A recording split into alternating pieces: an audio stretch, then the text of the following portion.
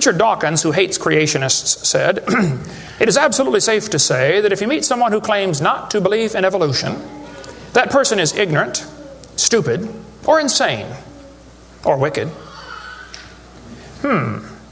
Well, Richard, we'll send you a copy of this tape, because I'm going to show you 100 reasons why evolution is so stupid. We need to define a few terms, okay? According to the dictionary, stupid means lacking normal intelligence, foolish, silly, a stupid idea, dull and boring. I think evolution is stupid. Now, my mommy used to get mad at me when I used that word, so it's a little hard for me, but Bill said, "Brother Hovind, I want you to preach on 100 reasons why evolution is stupid." Okay, Bill, well, you asked for it, so here goes, all right? Let's define some other terms now. The word evolution has at least 6 different meanings, and I've done 58 debates now, and if you're going to get into a debate on evolution with anybody, you better first define what you're talking about, because this is a very slippery term, okay? First, we have cosmic evolution. That would be the Big Bang. There is no evidence whatsoever for that. We'll get into that in just a moment. Then we'd have to have chemical evolution. See, the Big Bang supposedly made hydrogen. Well, how did we get 92 elements, plus the synthetic ones? I mean, how did the chemicals evolve? They don't talk about that much, but that would have to happen. Thirdly, we'd have to have stellar and planetary evolution. Did you know the stars would have to evolve? There's an awful lot of stars out there, folks, but nobody's ever seen one form. There's enough stars out there that everybody on Earth can personally own 2 trillion of them. We've never seen one star forming. We see them blow up from time to time. It's called a nova or a supernova. We've never seen one form. One professor told me one time, he said, "Well, we calculated in the laboratory that if 20 stars explode near each other, it'll produce enough energy to make a brand new star." I said, "Well, that's brilliant. You got to lose 20 to gain 1. You ought to run for Congress. You could help those guys borrow their way out of debt." Man, first place, that's all theoretical. We've never seen it happen, okay? And I think it is scientifically impossible. See, then we'd have to have organic evolution. That would be the origin of life. How did life get started from non-living material? Now, according to the evolution theory, that would have to happen somewhere along the line, long ago and far away. Life had to come from non-living material. And yet, we've never seen that happen. There is no evidence that it can happen. We'll talk about that in a minute. Fifthly, we would have macroevolution. That is where an animal changes into a different kind of animal. Nobody's ever seen a dog produce a non-dog. But the evolutionist believes a dog came from a rock, if you go back far enough in time, 4.6 billion years. Finally, we have microevolution. Now, I don't like this word, okay, because it gets people confused. I think we ought to just call it a variation. But microevolution happens, folks. That is a fact of science. Animals produce a variety of offspring, but it's always the same kind. The first 5 definitions of evolution are stupid. It doesn't happen. It's certainly not part of science. It's something you have to believe in. They teach the kids it all started with a Big Bang 20 billion years ago. A Big Bang. I like to ask them some simple questions. What exploded? And where did it come from? And where did the energy come from? Etc., etc. According to the Big Bang theory, it all started with a little tiny dot and exploded and spread out over all the universe much faster than the speed of light. Well, the Big Bang theory, as we'll see in a minute, is stupid. I don't know of a better way to say it. I'm trying to be nice to them, but it is just stupid. The Big Bang idea started with a Belgian astronomer named George something, can't pronounce his last name. George said that this original matter was no more than a few light years in diameter. At the very least, that would be 2, or about 12 trillion miles. So they started off teaching a spot 12 trillion miles across was what exploded. Well, they revised that down. In 1965, they said, no, it was only 275 million miles across. Well, that's way down from 12 trillion. 1972, they said, no, it's only 71 million miles across. I don't know how they know this stuff, but this is what they taught, okay? 1974, they said it was only 54,000 miles across. 1983, they said it was the trillionth the diameter of a proton. Now they're saying it's nothing at all. Nothing exploded. And here we are. This is what the textbooks teach. 18 to 20 billion years ago, all the matter in the universe was concentrated into one very dense, very hot region that may have been much smaller than a period on this page. That's stupid. This one says, all of the matter and energy someday will once again be packed into a small area, no bigger than the period at the end of this sentence. Then another Big Bang will occur. It happens every 80 to 100 billion years. So you can forget about global warming. We're going to get squished. Now this textbook author was brilliant. I could not believe how smart this guy was. He said, boys and girls, nothing really means nothing. You have to be at least that smart to write a book. He said not only matter and energy would disappear, but also space and time. However, physicists theorize that from this state of nothingness, the universe began in a gigantic explosion. What? Yes, boys and girls, you see, nothing exploded, and here we are. Now, who can argue with logic like that? Man, they even put this in major science journals like Scientific American. This fellow said, the observable universe, that would be us, could have evolved, there's that word again, you got to watch that one, okay, 6 meanings, from an infinitesimal region. In the Greek, that means a dot. It's then tempting to go one step further and speculate that the entire universe evolved from literally nothing. They call that science and put it in a science book. I would call that stupid and put it in the garbage. This is what the books teach. I collect them. I've got hundreds and hundreds of these books from countries all over the world, clear back from 1890s up until the 2001 textbooks. They're teaching this kind of stuff, folks. This one says, all the matter in the universe was drawn into this little tiny dot, and it spun faster and faster. This is what they teach the kids. Some kids doing this for homework tonight, right? It spun faster and faster. One day, it exploded. Big bang. I was talking to a professor from Berkeley one time. I was sitting on the airplane next to a professor from Berkeley University. I don't know if you folks here in Idaho ever heard of Berkeley or not. But Berkeley is not a Bible college. So we got talking about the Big Bang, and he said he believed in the Big Bang theory. I said, yes, sir, I figured that. You have to teach at Berkeley. I said, tell me, sir, how did the universe get here? He said, well, 20 billion years ago, all the matter was squished in this little tiny dot, and it was spinning real fast, and it exploded. Big Bang. And pieces flew off and became the galaxies and the sun, the moon, the stars, and finally, people. Here we are. I said, sir, could I ask you a couple questions, please? One of my favorite things to do in life is asking questions to people who believe in evolution. I absolutely have a wonderful... That's how this whole ministry started. 12 years ago, I moved to Pensacola, Florida. Some article came out in the newspaper that said, dinosaur bones found in Montana from 80 million years ago. I wrote my first letter to the editor in my life, about 12 years ago. I wrote a letter to the editor. I said, yes, they found dinosaur bones, and yes, it was 40 feet long, and yes, it was found in Montana, but it was not from 80 million years ago. This one probably drowned in the flood in the days of Noah, 4,400 years ago. And you would have thought I shot the sacred cow. Actually, I did. Boy, there began to be quite a battle in the newspaper, letters to the editor flying back and forth, and finally a university called me and asked me to do a debate with one of their professors. Well, I'd never had a debate in my life except with my wife, and I lost those every time. So I was not excited about debating. But I said, well, how do you do it? What do you want? And the guy said, well, you send us 30 questions, and the other guy will send in 30 questions, and we'll discuss those questions for the debate. I said, okay. So I sent him 30 questions. I thought they were perfectly legitimate, fair questions. I said, a woodpecker's tongue goes all the way around the back of his head and comes on top of his left eyebrow, left nostril here. Would you please show me any fossils that have been found, intermediate species between a normal bird and a woodpecker, with his tongue going all the way around his head? What evidence do you have of how this evolved? That question never came up. I don't know what happened to it. But I said, termites chew on wood and they swallow it, but termites can't digest it. It goes into their stomach, and there's little tiny critters in their intestines that actually digest the cellulose. Now those little critters can't live without the termite, and those termites can't live without those critters. Which one evolved first?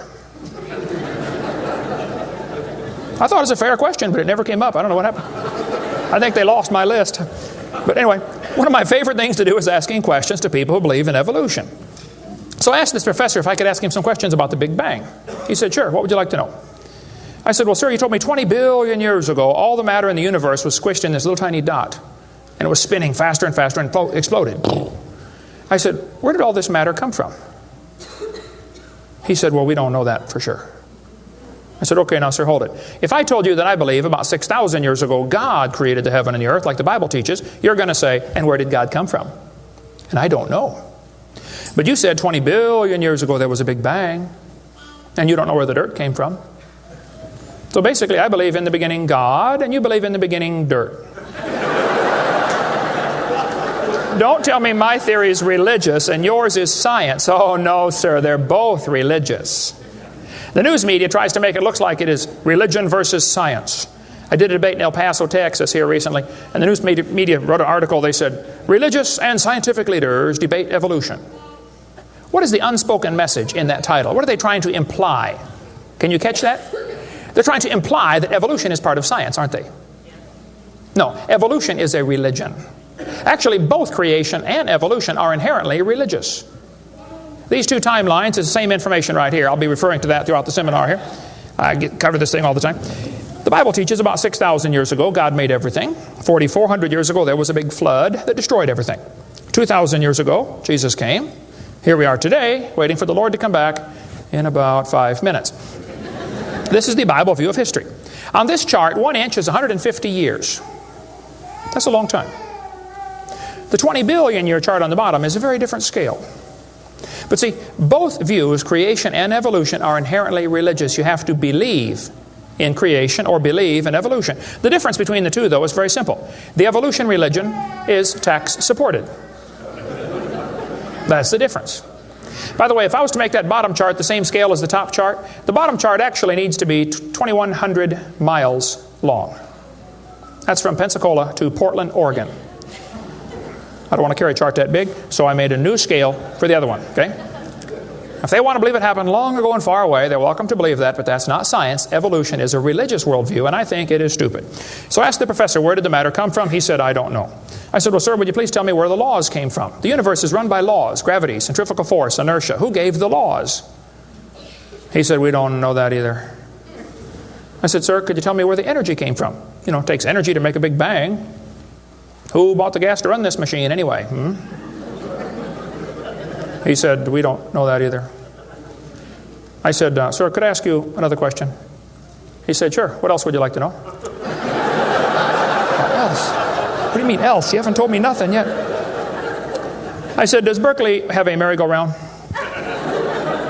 How many of you know what a merry-go-round is? You go round, round, round till you puke, okay? He said, no, we don't have a merry-go-round at Berkeley. I said, you ought to get one. You could learn some good science on a merry-go-round. If you put some fourth graders on a merry-go-round, are there any fourth graders in here tonight? Who's in fourth grade? All right, I like fourth graders. I spent the best 5 years of my life in the fourth grade. That's before they diagnosed ADD. Put some fourth graders on the merry-go-round. I like using fourth graders because they're tough and they're expendable. And we're going to get the high school football team out there to get that thing spinning clockwise as fast as it will possibly go. Now, if you have a digital watch, you may not know what clockwise means. I'll explain it later. We're going to spin the merry-go-round clockwise. The kids are going to go through 4 phases. They start off in phase 1. They're screaming at the football players. Come on, let's go. Faster, faster. Can't you go any faster? You get up around 30 miles an hour. The kids enter phase 2, where they stop screaming. They just quietly concentrate on trying to hang on for dear life. You get up around 60 miles an hour. The kids enter phase 3, where they start screaming again. But now they're screaming, stop, stop, please, slow down. Don't stop, though. Keep going faster and faster. When you get to about 100 miles an hour, you should enter phase 4. That's where the kids begin to fly off the merry-go-round. Now, when this happens, you will notice a very interesting phenomena of physics. If the merry-go-round is going clockwise, when the kid flies off, the kid will be spinning clockwise until he encounters resistance, like a tree or telephone pole. That's because of a law in physics known as the conservation of angular momentum. You see, if a spinning object breaks apart in a frictionless environment, the fragments will all spin the same direction. It's very simple. It's because the outside is moving faster than the inside. And so it keeps the same direction of spin. The professor said, yes, I understand about the conservation of angular momentum. I said, well, good. I'd like to ask you a question then, sir. If the whole universe began as a swirling dot, like you said, why do 2 planets spin backwards? He said, that's interesting. I said, no, that's more than interesting. It's kind of hard on your Big Bang Theory. Not only that, 6 of the moons are spinning backwards. Why? He said, I don't know. Why do you think they're going backwards? I was hoping he was going to ask that. I said, well, sir, I believe it's very simple. You see, I believe in the beginning God created the heaven and the earth, and God did it that way on purpose, just to make the Big Bang Theory look stupid.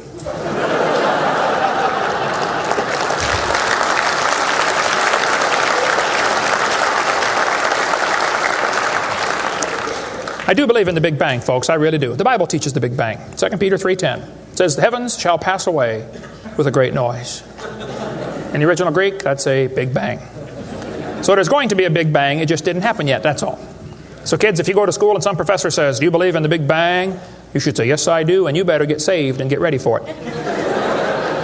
The Big Bang is coming soon to a city near you. By the way, if the Big Bang Theory were true, the matter would be evenly distributed.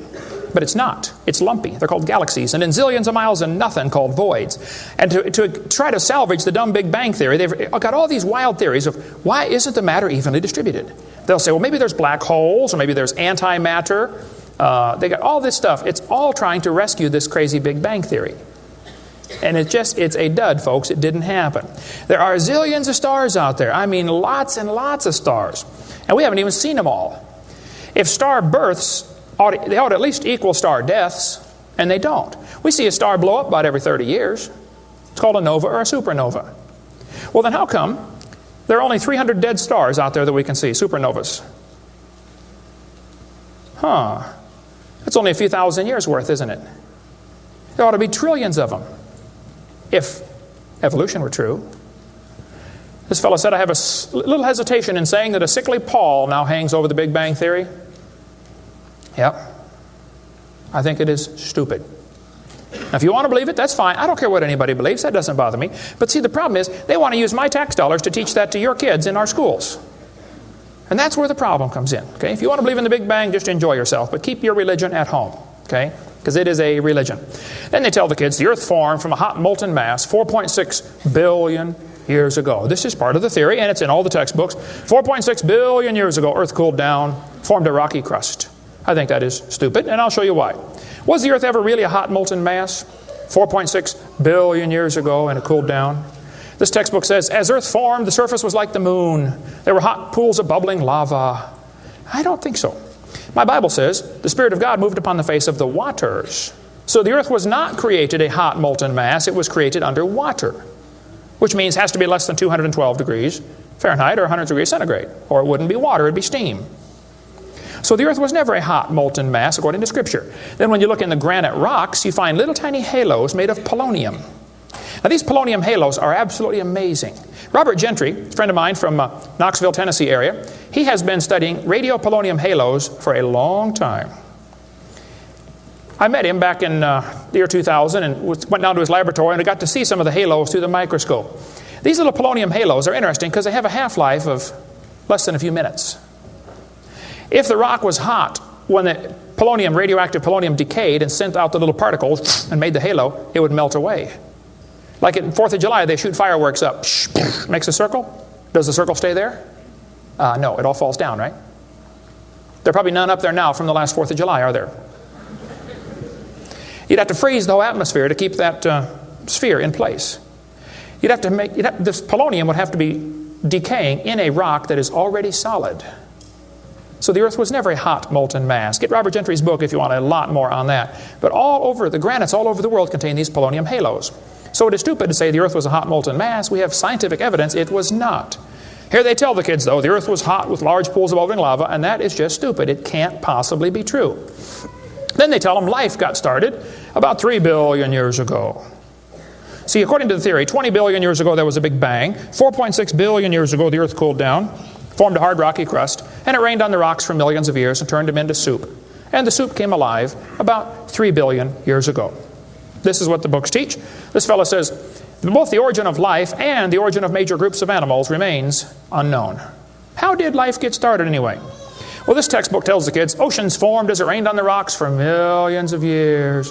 Yes, boys and girls, millions of years of torrential rains created great oceans. And swirling in the waters of the oceans is a bubbling broth of complex chemicals. Progress from a complex chemical soup to a living organism is very slow. Well, I guess it is. It's totally stopped. Doesn't even happen. That's how slow it is. This one says, the first self-replicating systems must have emerged in this organic soup. Was your great-great-great-great-great-great-great-great-great-great-great-grandpa soup? I think that's stupid, okay? Now, if they want to believe it, that's fine. I don't care what they believe, but don't call it science. What happened back in the 1950s, a guy named Miller and Urey wanted to know how the Earth and solar system had come to be. So they tell the kids he took a mixture of Earth's primitive atmosphere. We'll talk about that in a minute. He never proved how life originated, but he did add evidence to the theory that life could have started by itself. Well, is that true? Now, did he really do that? Well, let's just study the facts here. This textbook tells the kids, many important events occurred during the Archean era, the most important of which was the evolution of life. Progress from complex molecules to even simplest living organism was a very long process. Long ago and far away. Fairy tale kids coming up. First living cells emerged 4 billion to 3.8 billion years ago. I like that word, emerged. They use it all the time. Like that explains how it happened, you know. It just emerged. There is no record of the event, they tell the kids. Look, kid, we know what happened and you're going to be tested on this, but there's no proof. Oh, okay. It's not science. First living self-replicating systems must have emerged in this soup. I don't think so. Here's what students are taught in school. This picture of the different glass tubes and flasks and pipes going around, they tell them this is how they made life in the laboratory. He said he studied the chemical reactions of gases that existed in Earth's primitive atmosphere. Ooh, now this is important, okay? Notice up in the upper right-hand corner, he had methane, ammonia, water vapor, and hydrogen. No oxygen. He circulated these gases through these tubes through a spark, supposed to represent lightning. And sure enough, it produced a red goo at the bottom of the flask and had some amino acids in it. They didn't come close to getting life, though. Miller excluded oxygen in a reducing atmosphere because life could not evolve with oxygen. Anything that got together would oxidize. Cut a banana open, lay it on the table, it'll turn brown, it'll oxidize. Okay, so will an apple, so will anything alive. It'll oxidize. So that's why he didn't have any oxygen in the experiment. One of his gases was ammonia. Well, this creates a real serious problem because ammonia is destroyed by UV light. And UV light must be blocked by ozone, which is made from oxygen. I got a problem here. This textbook says several billion years ago, Earth's atmosphere had no free oxygen. Well, that's just simply not true. Ozone is made from oxygen and it blocks UV light, and ammonia, one of the gases needed for the experiment, is destroyed by UV light. So life cannot evolve without oxygen. But also life cannot evolve with oxygen. Well, I got a solution for that one. It didn't evolve. And by the way, the Earth has always had oxygen, even more than it does today. Okay? Air bubbles are often found trapped in amber, like the movie Jurassic Park, you know, where they drilled in and got the mosquito blood. These air bubbles, though, have 50% more oxygen than we do right now. We cover more on that on my video series, videotape number 2, about what the pre-flood world was like and why they lived to be 900 on the blue series of tapes out there on the table. But this textbook says the mixture at the bottom of the flask was rich in amino acids. Oh, come on. That is stupid. It was not rich in amino acids. Let's tell the kids what they really found, okay? He filtered out the product. As this gas went through the tubes, he sparked it, produced this goo at the bottom, and he drew the goo off because if it went through again, it would be destroyed by the spark. Now, in real life, you're not going to get a section of the ocean protected. They say this just happened by chance in the ocean. You can't filter out the product then. Secondly, what he made was 85% tar, 13% carboxylic acid, 2% amino acids. So 98% of his mixture was poisonous to life. I would not call that a success. And there are 20 different amino acids, sort of like 26 letters in the alphabet. There are 20 amino acids. Those amino acids go together to make proteins, like letters go together to make sentences. Mostly he made just 2 of these amino acids. And they bond with the tar and the acid very quickly, more readily than with each other. It was a failure as an experiment. Amino acids are like letters of the alphabet, sort of like building blocks. You have to have a bunch of amino acids to make a protein. Then you have to have a bunch of proteins to make a cell. And you got to have a bunch of cells to make an organism. And one cell is more complex than a space shuttle. And all he got was a couple of the amino acids. That's like me dropping toothpicks, and I happen to make a few letters of the alphabet. That's possible, isn't it? Toothpicks could fall in the shape of a T, or an H, or an I, or an E. That's possible. But if I'm able to drop toothpicks and produce a few letters of the alphabet, should I therefore conclude that nobody wrote Webster's dictionary? The difference between making a letter with toothpicks and making Webster's dictionary is about like making an amino acid and making a living cell. He didn't come close to making life. He made the equivalent of a few letters, and he actually needed to make huge books. And half of his letters were backwards, left-handed. This creates a real problem since the simplest proteins, the smallest proteins, have 70 to 100 amino acids, all of them left-handed.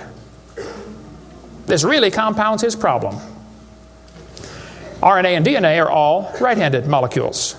And they are unbelievably complex. And hundreds of these amino acids must combine to make a protein. And this has to be in a precise order.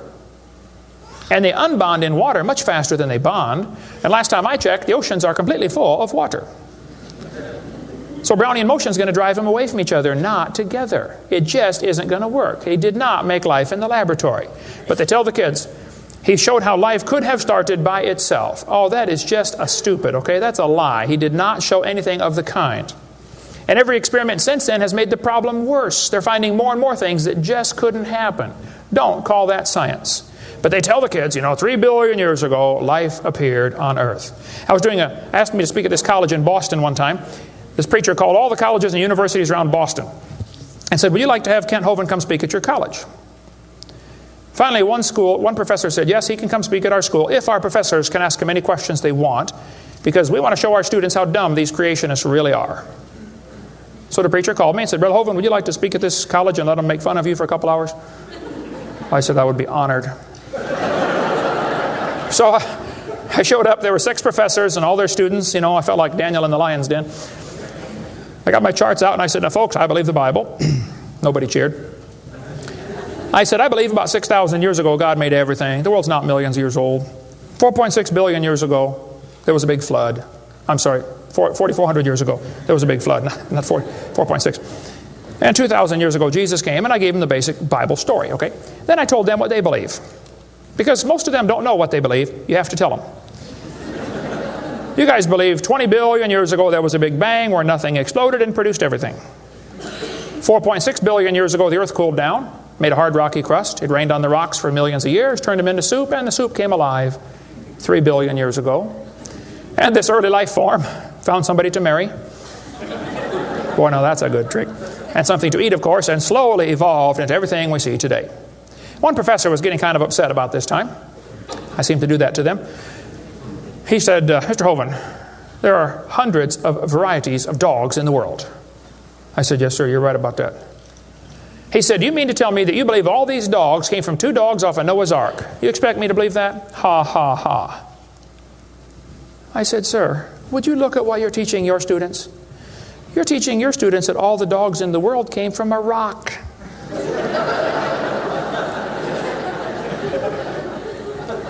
I had a woman, come to me after a debate one time. She was steaming down the aisle. Boy, she was mad. Oh, I could tell I'm in trouble now. I stood there quivering in my boots, She walked up and she said, tonight you said we believe we come from a rock. We do not believe that. I said, well, ma'am, calm down just for a minute. I said, do you believe in evolution? She said, yes, I do. I'm a professor here at the university. I said, well, would you please tell me then where we came from? She said, we came from a macromolecule. I said, where did that come from? She said, from the oceans, from the prebiotic soup. I said, where did that come from? She said, well, it rained on the rocks for millions of years. And you could see it was slowly dawning on her. I do believe I come from a rock, don't I? Yes, ma'am, you do. You ought to be proud of it. Hey, don't step on Grandpa, whatever you do. Look, that's stupid, okay? There's no kind way to say it. There's a great book dealing with some of the flaws in the Miller experiment. If you want more on that for your kids to study out there on the table, get the book Icons of Evolution. Then they tell the kids that these plants and animals, not only did life evolve from non-living material, then this life had to learn to reproduce itself. Why would any organism want to reproduce more of its own kind when that's only going to increase competition for the food supply? Why didn't they instead evolve the ability to live forever and be happy? Huh? You ever think about that? I was in a debate one time, and we had question and answer time at the end. The student stood up and he said to the evolutionist, he said, sir, how did male and female evolve? The professor got up and he said, well, that is a giant mother may I step in the evolution story. A mother may I step? This is science. Wow. So according to them, for the next few billion years or hundreds of millions of years, life learned to produce something other than its own kind. Of course, today everything only produces its own kind, but they say long ago and far away, they were able to do something different. Textbooks will say we started like a bacteria and slowly evolved to a human. I think that's stupid. But if you want to believe that, that's perfectly fine. Those trees of life that they put in the textbooks for your kids are a bunch of nonsense.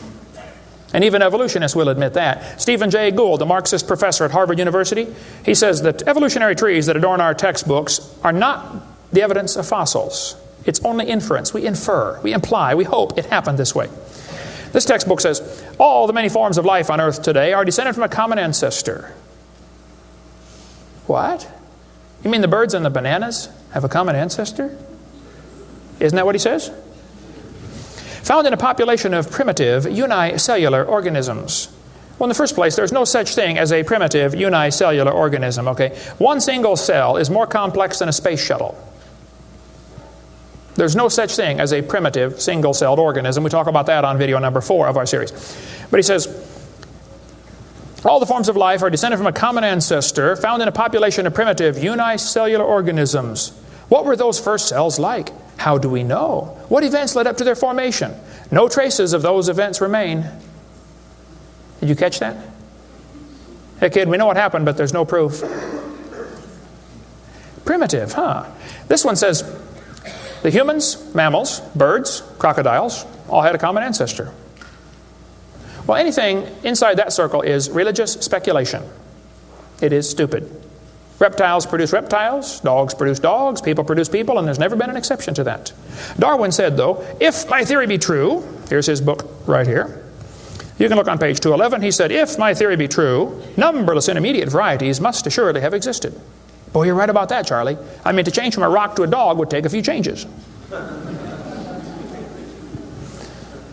David Robb, who believes in evolution very strongly, says, in the years after Darwin, his advocates hoped to find predictable progressions. In general, these have not been found, yet the optimism has died hard, and some pure fantasy has crept into textbooks. Oh, you're kidding. Fantasy in our textbooks? Oh, yep. They tell the kids they have evidence of evolution from fossils. I don't think so. That is stupid, okay? If you find a fossil in the dirt, all you know is it died. You don't know that it had any kids, do you? And you sure don't know that it had different kids. I mean, think about it. You're in a court of law.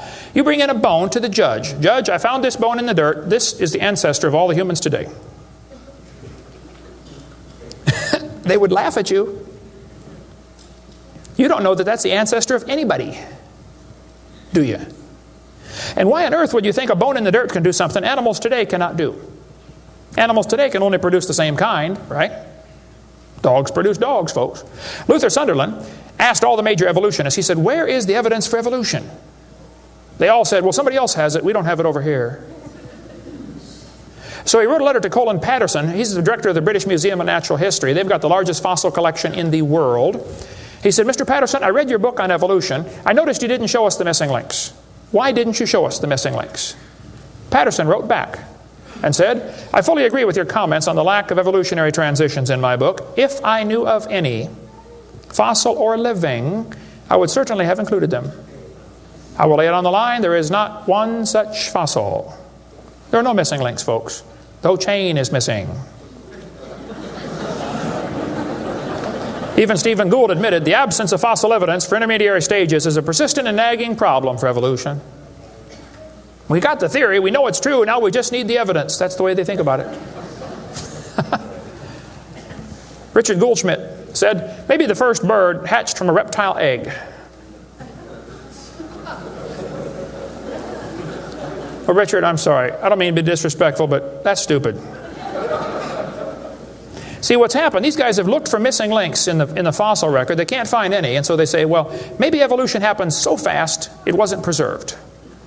Maybe a reptile laid an egg and a bird hatched out. Well, who did that bird marry?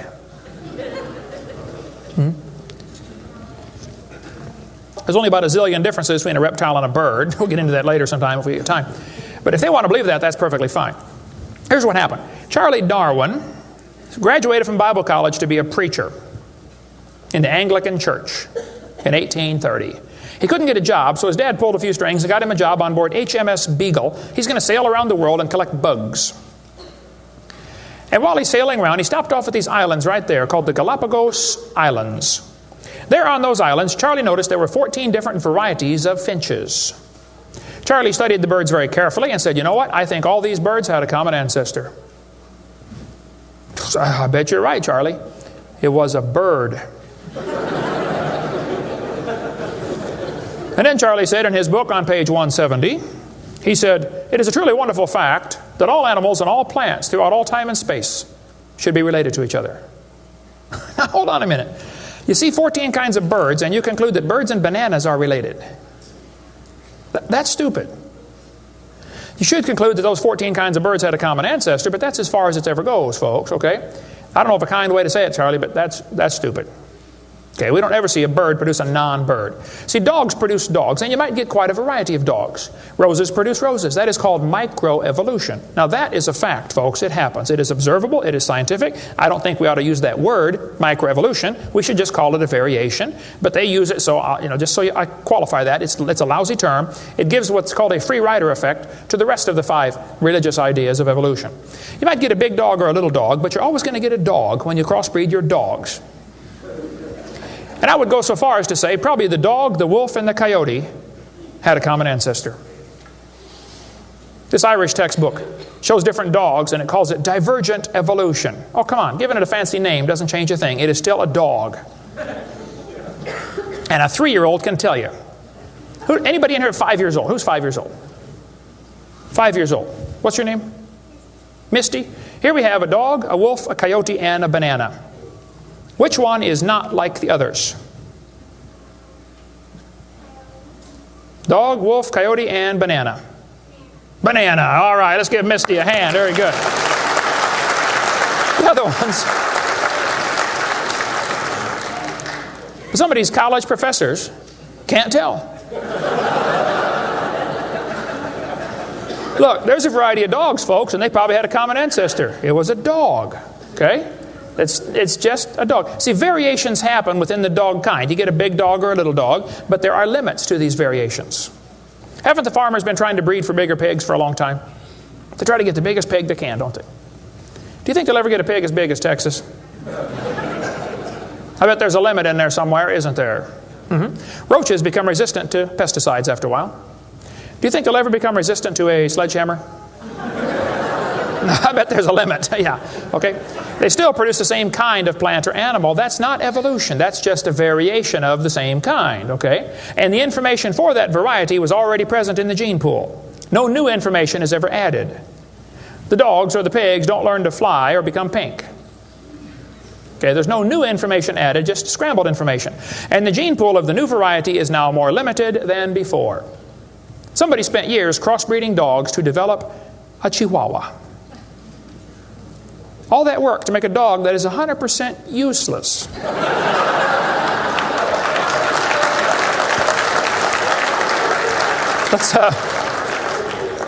Let's turn all the Chihuahuas in the world loose back into the woods. How long would they last? They'd run up to the wolf. Yep, yep, yep, yep, yep. Crunch. Go ahead, make my day. A useless dog. Genetic information was lost when you got your variation. It wasn't added. You might have selected a certain slice of the gene pool with small dog, quick characteristics, but you didn't add anything. You selected something from the population. I come from Illinois, corn country. There are so many kinds of corn up there, they have to number them. You'll be driving down the highway. You'll see BX65, don't mix it up with XL29, something will blow up. But I'll tell you what, folks, you can crossbreed your corn from now to the cows come home, and you always get corn. You will never get a hamster or a tomato or a whale to grow on that corn stalk, okay? It won't happen. There's a variety of cows, and they probably had a common ancestor. It was a cow. Variety of horses, no question. Probably the zebra and the horse had a common ancestor. But the kids are going to be taught in school tomorrow in your town that the horse used to have 4 toes. Well, there's some things they don't tell the kids about this Eohippus to Equus series, which has been proven wrong 50 years ago, but still is in your textbooks right here in this town. They don't tell them the original so-called horse is the size of a fox. It was a meat eater and had 18 pairs of ribs. The next one had 15 pairs of ribs. A couple of trips through the buzzsaw did that. And then it miraculously grew back 19 pairs of ribs as it evolved, and then back to 18. They also don't tell them the whole thing's been proven wrong a long time ago. Like this guy says in the biology textbook, other examples like the gradual evolution of the horse have not held up under close examination. That's a polite way of saying it's proven wrong, okay? This G.G. Simpson, back in 1950, said the example of the horse family has been unintentionally falsified. They knew 50 years ago this was false. Why did they keep that in your textbooks? This whole thing was made up by Othniel C. Marsh in 1874. He picked animals from all over the world and put them in order the way he thought it might have happened. They were never found in that order. Modern horses are found in the same layers as the so-called ancient Equus or Eohippus horse. They're found in the same layer. So it can't be the ancestor, that's for sure. The ancient horse is nothing but a Hyracotherium, which is still alive today. By the way, the ribs, the toes, the teeth are very different in these animals. In South America, the fossils go exactly backwards. Instead of three-toed to one-toed, it goes one-toed to three-toed in the fossil order. They won't talk about that much, but you check it out. That's a fact, folks. They're never found in the order presented in the textbooks. Three-toed and one-toed gray side by side. Plenty of information on the internet about that. Tulsa Zoo finally took out their display because so many folks complain, why do you have this horse evolution display in the zoo? It's been proven wrong 50 years ago. Take it out. And you folks ought to get together with your school board and say, look, on page whatever it is, 952 of our textbook, it says the horse evolved from a four-toed ancestor. Let's cut this page out. If you had a page in your textbook teaching the kids the earth was flat, would it be okay to demand that that page be removed? You don't have to buy a whole new book. Just cut the page out. It won't cost the school anything. How many of you would volunteer to help cut the pages out and bring your own scissors? See? Won't cost them a dime. And you send me your book and I'll show you which pages need to be taken out. I've read hundreds of them. I can find them like that. Free of charge. I'll donate my time. Peabody Museum still has the horse evolution on display. As I stood, I've been there many times. It makes my blood boil every time I walk in that place. I'm standing there looking at this lie proven wrong 50 years ago while hundreds of kids come through in school groups. The kids are never told, well, this has been proven wrong, boys and girls. They asked the folks at the Tulsa Zoo before they took the display down, they said, why don't you take this display down? The zoo director said, we don't have the funding to remove it. I've got all the letters back and forth on that. Man. Folks, there's quite a variety of horses today, okay? There's big horses and little horses. I was in Baton Rouge, Louisiana a few months ago. Got to see where they raise the 30-inch tall horses. I mean, my dog's bigger than that.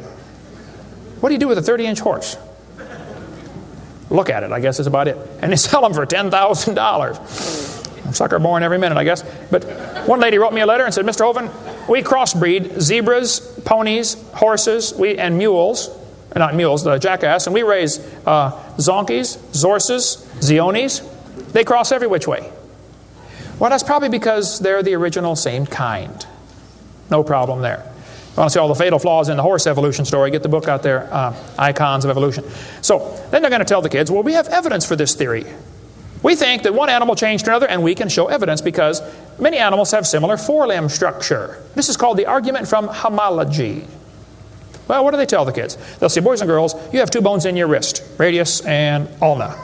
And boys and girls, look at the whale's flipper carefully. Did you know the whale has two bones in his flipper, and they're called the radius and the ulna? Same as ours. Wow. Who named them, teacher? The whale?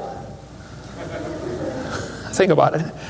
But this is one of the evidences for evolution. They're going to say, boys and girls, comparative anatomy provides further evidence of evolution. The commonalities suggest that these and other vertebrate animals are all related. They probably evolved from a common ancestor.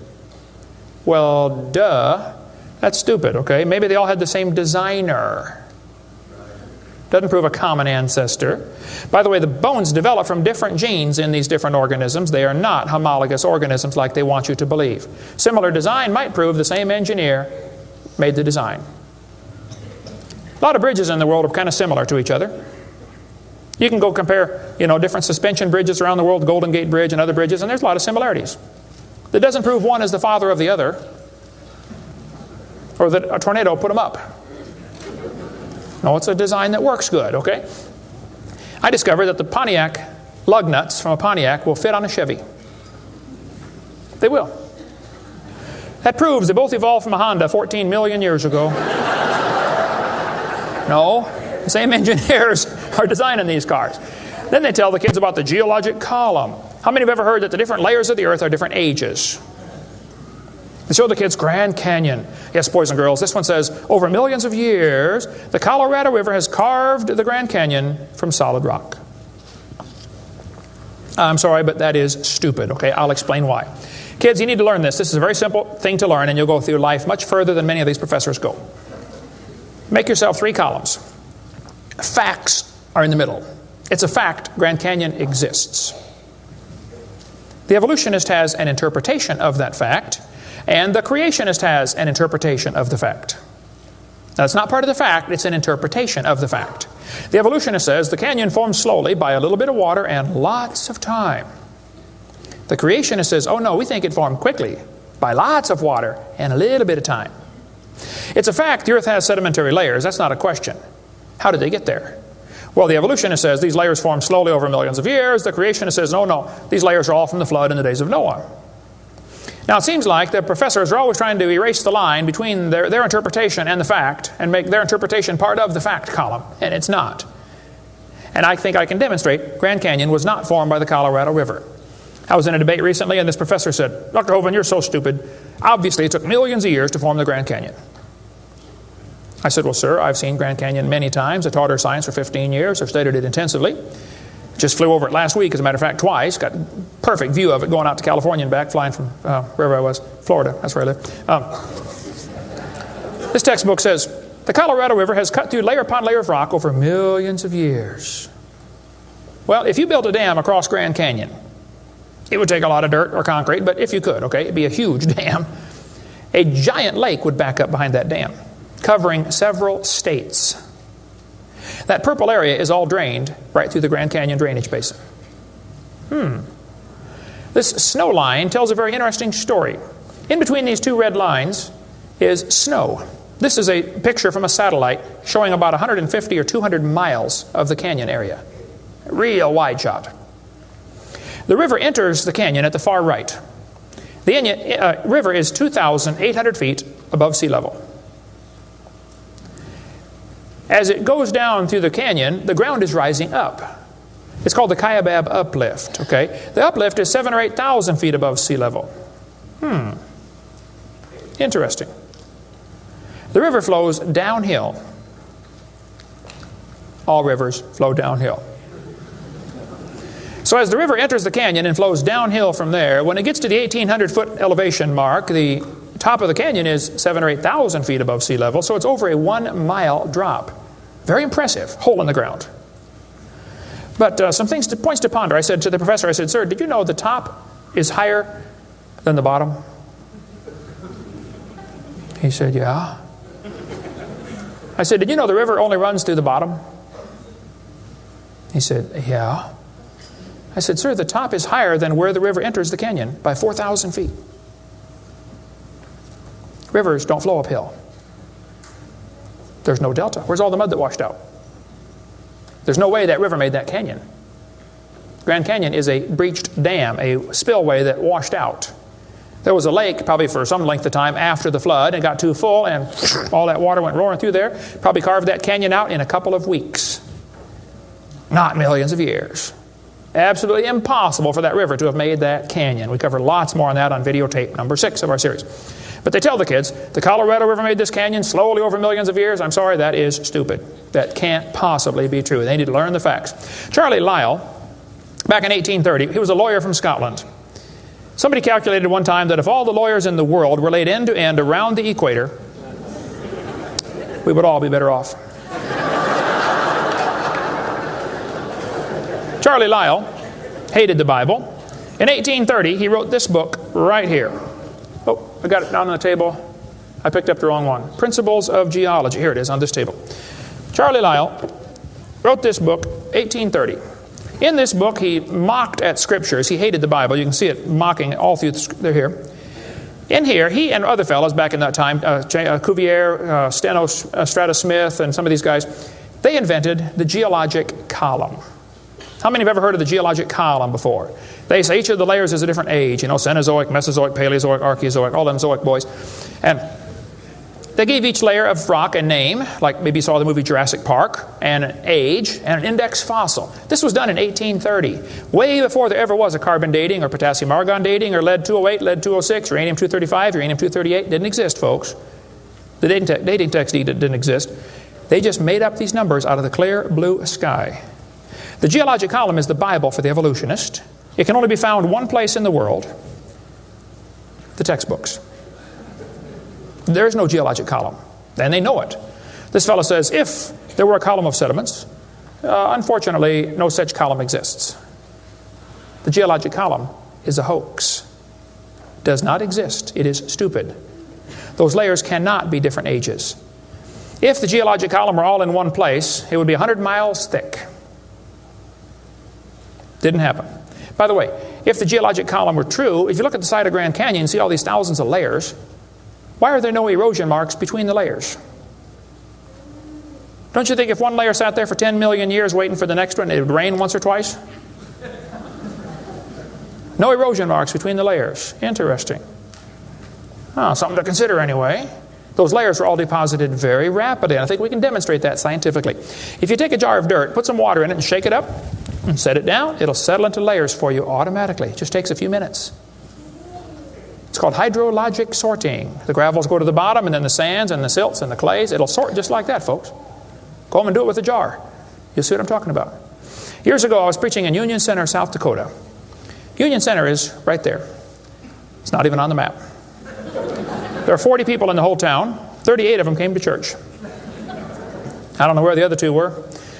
But they showed up later, I guess. But the preacher said, hey, Brother Hovind, let's go down to Rapid City, South Dakota. They've got a museum down there with a bunch of dinosaur bones. I said, all right, I like dinosaurs. Let's go. So we all drove down to the museum. The guide met us at the door. He said, would you like me to give you a tour? We said, that would be great, sir. The first place we stopped on the tour was the geologic time scale, the big chart. They got it behind glass so the kids can't touch it. You know, this is holy, sacred. And the guide said, now, boys and girls, this layer of rock right here is about 70 million years old. My daughter was 12 at the time. She raised her hand. She said, mister, how do you know that layer is 70 million years old? He said, well, honey, we tell the age of the layers by what kind of fossils we find in them. They're called index fossils. Oh, she said, thank you, sir. We walked around the other side of the dinosaur, and we're standing over here, and the guide said, now, folks, these bones you're looking at are about 100 million years old. My daughter raised her hand again. She said, mister, how do you know those bones are 100 million years old? He said, honey, that's a good question. We tell the age of the bones by which layer they come from.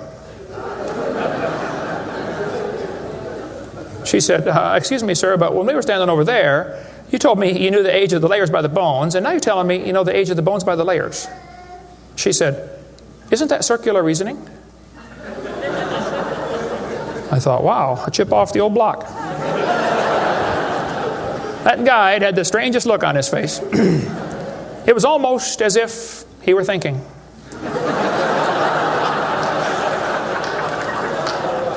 He looked at my daughter. He looked at me. I wasn't about to help him. I thought, wow, this is going to be good. I got to hear this. He looked back at my daughter. He said, you know, you're right. That is circular reasoning. I never thought of that before. Folks, geologic column is a joke. It doesn't exist. It's all based on circular reasoning. We can demonstrate that clearly. Get our video number 4 if you want more information on how it's all based on circular reasoning. I'll just give you a couple of quotes here. This guy says, the rocks do date the fossils, but the fossils date the rocks more accurately.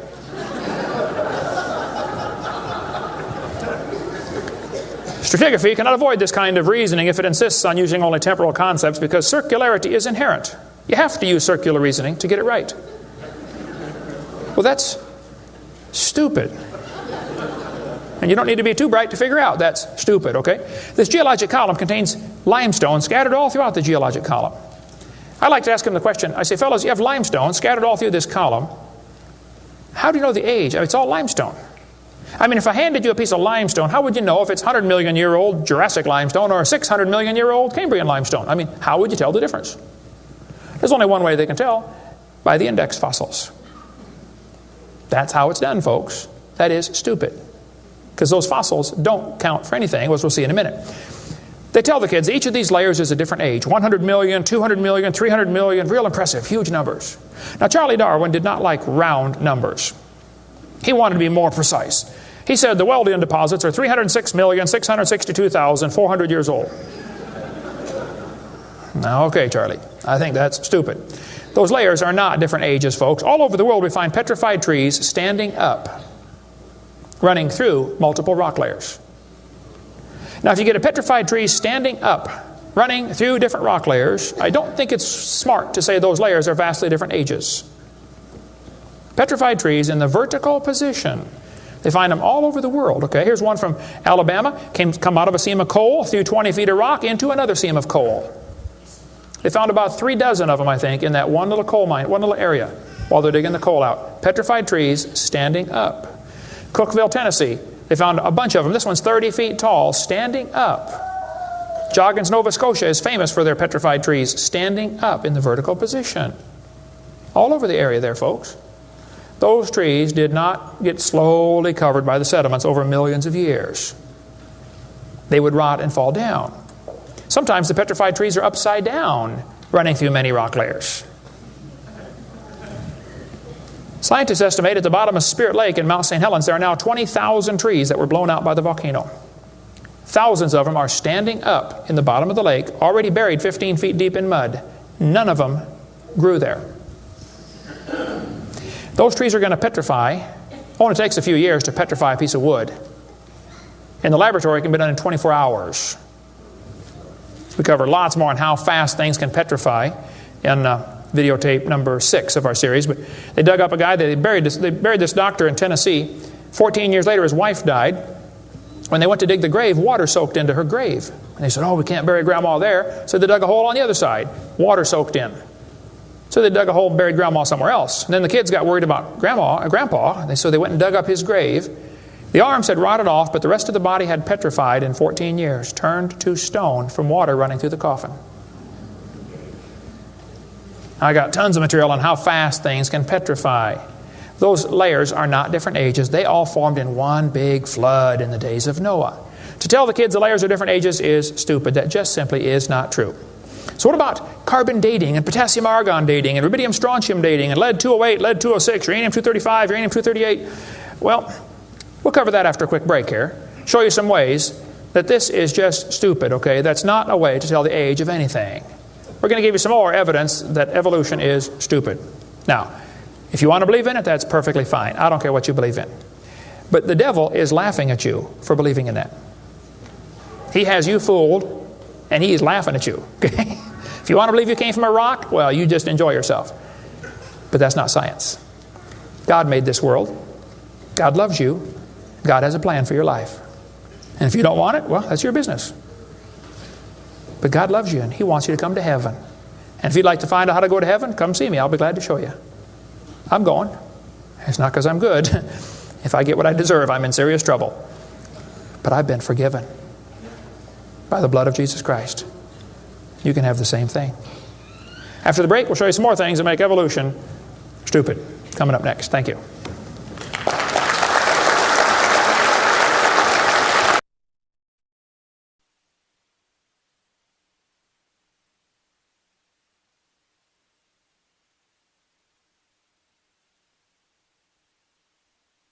In the early 1950s, actually the late 1940s, they invented carbon dating. We're going to explain a little bit about radiometric dating and how it's supposed to work, and then show you that it does not work, okay? The Earth's atmosphere is about 100 miles thick, and we're also protected by a magnetic field. Radiation from the sun and from the stars, mostly from the sun, goes right through that magnetic field, some of it does, and hits the atmosphere and produces carbon-14. Carbon-14 is radioactive. Normally, carbon is atomic number 6, which gives it atomic weight of 12. But this nitrogen, which is right next door to carbon, gets struck by radiation and it turns it into carbon-14. Now, carbon-14 is unstable. It is radioactive. It's always breaking apart. And you can hear it like with a Geiger counter, you know, click, click, click, click, just like uranium, because it's decaying. They've discovered it decays at a fairly consistent rate. About half of it will decay every 5,730 years. Which means if I gave you a pile of carbon-14, 5,730 years later, half of it would turn back to nitrogen. The rest would still be carbon-14. Theoretically, it's a random event, but that's probably how long it would take. During photosynthesis, plants are breathing in carbon dioxide, and this radioactive carbon is mixed in with the regular carbon. The plant doesn't seem to know or care if it's getting radioactive carbon or regular carbon. It just takes it right in. Animals eat the plants and make it part of their body. Probably during your lifetime, you have either eaten plants or you've eaten animals that have eaten plants. How many have done that before? Okay. So, You probably have radioactive carbon-14 in you. Now, theoretically, what you have in you should match whatever's in the atmosphere, about the same percentage. Because the plants are always breathing this stuff in, and the animals are always eating the plants, and we're always eating the plants and the animals, so it should pretty much stay in balance. It is assumed the ratio of radioactive carbon-14 to normal C12 in the atmosphere would be the same found in living plants and animals. That is an assumption, but it's a reasonable assumption. The atmosphere today is 0.0000765%. Not much. That's how much carbon-14 it has in it. When the plant or animal dies, it stops eating or breathing. How many knew that already? Okay. So whatever it had in it begins to decay. Since half of it will leave in 5,730 years, all you got to do is check to see how much C14 is in it, how much C14 is in the atmosphere, and if it's only got half as much, it's been dead for 5,730 years. Sounds great, but it doesn't work. In theory, it never goes to zero, but it goes from a half to a fourth to an eighth to a 16th to a 32nd to not much. Okay? After 4 or 5 half-lives, you can't measure it. So if anybody ever tells you, we know the Earth is millions of years old because of carbon dating, you can rest assured they don't have a clue what they're talking about. Because if it worked, it would only work for 30 or 40 or 50,000 years maximum. They compare the amount of C14 in the object being dated with the amount currently in the atmosphere and estimate how long the object has been dead. It sounds good, but there are some assumptions that mess everything up. Okay? Assumption number 1, has the amount of C14 in the atmosphere always been the same? Has it reached equilibrium? This is an interesting problem. If I told you to fill a barrel with water, but I drilled holes on the other side of the barrel, while you're filling it, it's leaking out. At some point, it's going to be leaking at the same speed you're filling, and that point is called equilibrium. You will never fill the barrel past that point, unless you plug the holes or fill faster. See, it's filling and leaking at the same time, sort of like your checkbook. You put it in and it leaks out, okay? Hopefully you want to at least be at equilibrium, okay? If less than that, you're going to be in trouble eventually. See, if your outgo exceeds your income, your upkeep will be your downfall every time. Well, they say if you took a brand new planet Earth and stuck it out in the solar system, the sun would start producing carbon-14. It would start decaying also right away, and it would take about 30,000 years to reach this equilibrium point. Well, Willard Libby and others who invented carbon-14, University of Chicago in 1947 to 53, he got a Nobel Prize for it in there somewhere. He said, well, it would take 30,000 years to reach equilibrium. He said, well, we know the Earth is millions of years old. Mistake number 1. So we can ignore the equilibrium problem. Mistake number 2. The Earth's atmosphere has still not reached equilibrium. There's more C14 now than there was 10 years ago, which proves the Earth is less than 30,000 years old, which I could have told them just from reading my Bible. See, if an animal is still alive, be it plant or animal, okay, it should have about 16 clicks per minute on your Geiger counter per gram. If it's 0 years old, actually 0 years dead. If it's getting only 8 clicks per minute, then it's 5,730 years old. If it's giving you 4 clicks per minute, it's gone through 2 half-lives, it's 11,000 years old. If it's 2 clicks per minute, it's 17,000 years old. This is how they date it. So if you're getting 2.5 clicks per minute, you just find the point on your graph and draw the line over and determine the age. Sounds real simple, but it doesn't work.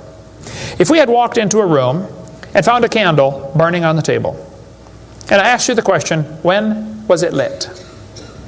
You say, I don't know, Mr. Hovind, it's burning when I got here. Okay, well then let's do some empirical science. Empirical science is things we can test and measure and observe and test. Not theoretical, I mean empirical. We can measure it and weigh it. Let's measure the height of the candle. Suppose the candle is 7 inches tall. Who can tell me when it was lit? Okay, nobody. Let's do some more empirical science. Let's measure the rate of burn. Suppose we determine it's burning 1 inch an hour. When was it lit?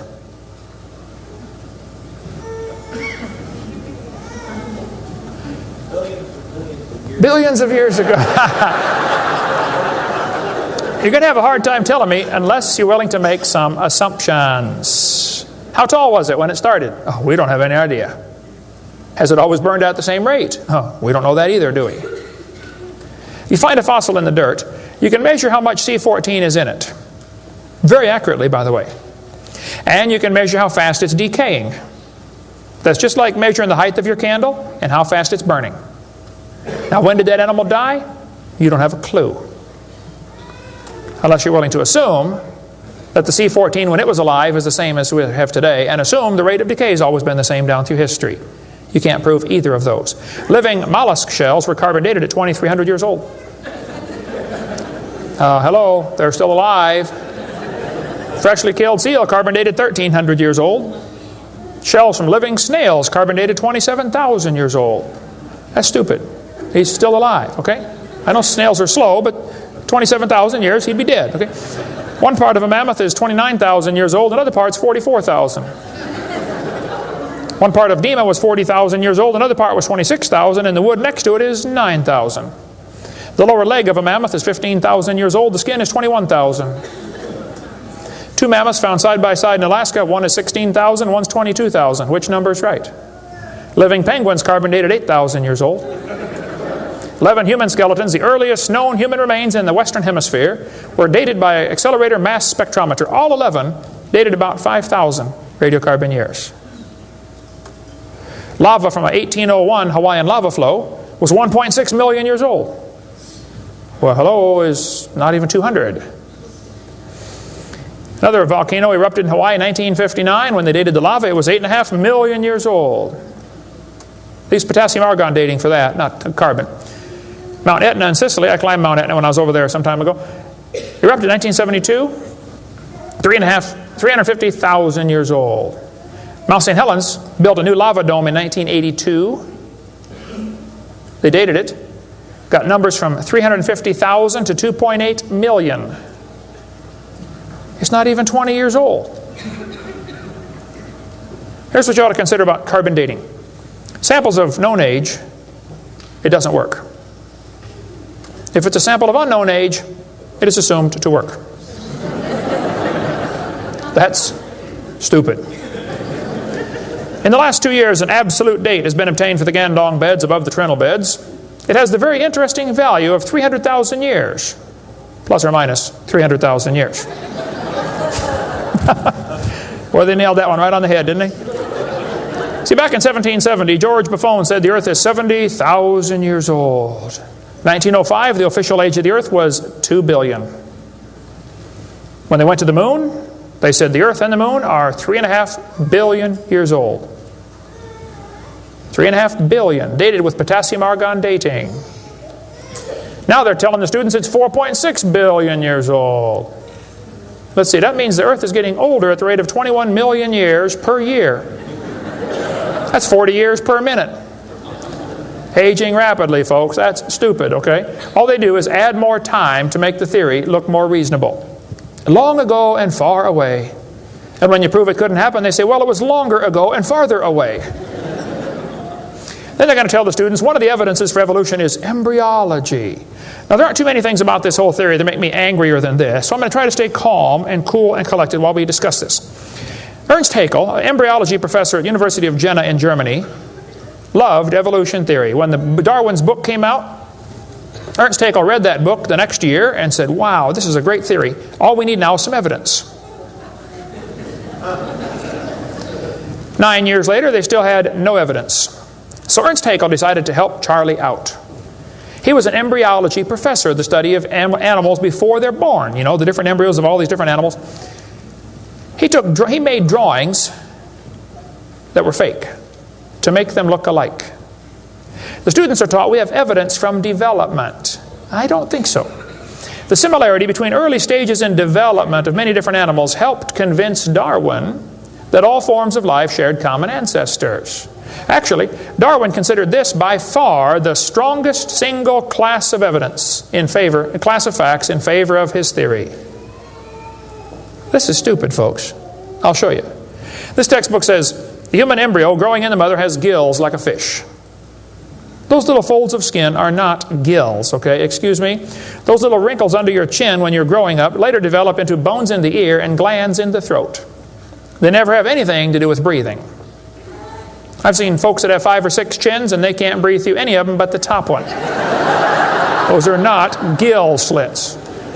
Ernst Haeckel, though, said the turning point in his thinking was when he read Darwin's book, 1860. Haeckel took a drawing of a dog and a human embryo and he changed them to make them look exactly alike. His fake drawings looked almost identical. On top are the real drawings, underneath are Haeckel's fake drawings. He lied, folks, intentionally. He made huge charts of his posters of his drawings of these embryos and traveled all over Germany and just about by himself converted the Germans to believing in evolution. Which later led to the obvious question, well, if evolution is true, then maybe one of the races of people has developed farther than the rest. Which, by the way, is a subtitle to Charlie Darwin's book. You can look at it for yourself. The Origin of Species by Means of Natural Selection, or the Preservation of Favored Races in the Struggle for Life. See, Darwin was a racist. We cover lots more on that on video number 5. That one is politically incorrect. You don't want to watch that one. Trust me. On top are Haeckel's fake drawings. Underneath are actual photographs of what he claimed he was drawing a picture of. Now, either he's a lousy artist or he's a liar. Well, it turns out he's a liar. He was convicted of fraud by his own university. Proven to be a fraud. But guess what? Haeckel's fake drawings are still used in textbooks in your state right now. There's a textbook used at the University of West Florida, in the middle of the Bible Belt. It's only been proven wrong 125 years ago. I know it takes a while to get textbooks up to date, but that ought to be plenty of time. That's stupid. Those are not gill slits on the embryo. Here's an Irish textbook. I was just there a few months ago. It says the embryo has gill slits. That's baloney. This one says the embryo has gills. Glencoe Biology says they have gills. Proven wrong 125 years ago. This biology textbook says the human embryo has gills. Here's this Tim Barra writing his book on the myth of creationism. And he mentions the gills are evidence for evolution. You're only 115 years behind, Tim. Miller's still teaching it 125 years after it was proven wrong. I debated Miller on the radio on a St. Louis radio station one time. There's a college textbook still teaching the kids the embryo has gills. This one says, it shows the kids a 5 to 6 week embryo, but it says by 7 months, the fetus looks from the outside like a tiny normal baby, but it's not. It's not a baby at 7 months? Excuse me? A whole bunch of kids born at 5.5 months survive. 34%. That's stupid to say it's not a baby at 7 months development. Maybe you heard about the woman that had surgery on her baby before it was born. They cut the mother open, cut the uterus open. The 5-month-old baby, 5 months in development, reached out and grabbed the doctor's finger. It's not a baby, huh? If it's not a human being, what kind of being is it? If it's not alive, why is it growing? Why do they keep that in the textbooks? Well, that's the only way to justify abortion. They want you to think it's not a human yet. Just a fish with gills. No, it's a human the instant it's conceived. And abortion is murder. Plain and simple. We cover lots more on that on my videotape number 4. You don't want to watch that one either. Then they're going to tell the kids, we've got evidence for evolution because dinosaurs turned to birds. This is stupid. This guy says, dinosaurs are alive as birds.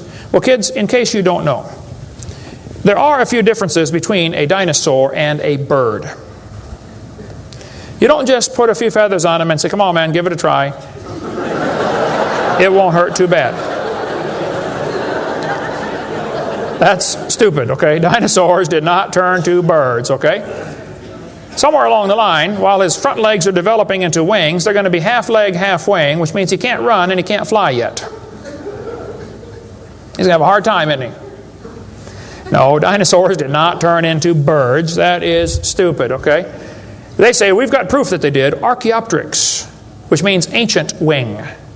That's supposed to be evidence for evolution. It's in just about every textbook I've seen dealing with this topic. Archaeopteryx is supposed to be evidence. Here's a 1999 textbook. Now, Archaeopteryx was proven to be a fraud in 1986. So this author is 13 years behind the time. Archaeopteryx means ancient wing. They're going to say, see, boys and girls, he's got claws on his wings. Yeah, so? 12 birds today have claws on their wings. The ostrich does, the Watson does, Turako does, ibis does. So what? It's kind of unusual, but 12 birds have it. They're going to say, well, he's got teeth in his beak. That proves he's got a reptilian feature. Well, now, wait a minute. Some reptiles have teeth, some don't. Some mammals have teeth, some don't. Some fish have teeth, some don't. Some of you have teeth, some don't. Okay? That doesn't prove a thing, all right? Alan Fiducia is considered one of the world's experts on birds. He believes in evolution. University of Chapel Hill, North Carolina, Chapel Hill. He said, paleontologists have tried to turn Archaeopteryx into an earthbound feathered dinosaur, but it's not. It's a bird, a perching bird, and no amount of paleo-babble is going to change that. It's a bird. By the way, even by their twisted thinking, birds are found in layers lower than Archaeopteryx. If you find fully formed birds in rock that you think is 130 million years old, then Archaeopteryx at 65 million years old cannot be a missing link, can it? Because birds were already here. Even with their dumb geologic column, it doesn't work. We cover lots more on that on video 4. They say bird feathers evolved from scales. Well, that's stupid. In the first place, they come from different genes on the chromosome, okay? Developed totally different. A scale is a hard wrinkle in the skin. They attach to the skin very differently. Feathers are incredibly complex, folks. Unbelievably complicated. They're both made from the same protein, keratin, and that's where the similarity stops. So what? Battleships and forks are both made of iron. It doesn't prove they both evolved from a tin can. It proves the engineers using the same material for different functions. And God used keratin for fingernails and hair and scales and feathers. So, same designer, that's what it proves. A lot more on the bird evolution in the book Icons if you want to get that. Then they tell the kids about the peppered moth. Yes, boys and girls, somebody in England went around and counted the moths on the trees. Must have been a government project. They discovered it's 95% light moths and 5% black. Well, so the story goes, they burned coal in the factories, the trees turned black, and the moths changed to black moths. Because when they counted them again, they said they found 95% black and 5% light. Actually, the whole story is a lie. It never happened. After 40 years of watching, they found 2 moths on the trees. 2 total out of 40 years. So they glued dead moths to the tree to take a picture for your kid's textbook. Then he wanted to get a picture of a bird eating a moth. So he put some moths in the refrigerator to calm them down so they got nearly frozen. Then he put them on the tree and they couldn't even hang onto the tree. So he warmed them up on the hood of his car. Put them out there on the tree and the moth is staggering around trying to warm up, and a bird ate one. He got a picture. Wow, proof of evolution. It's a lie. Didn't happen.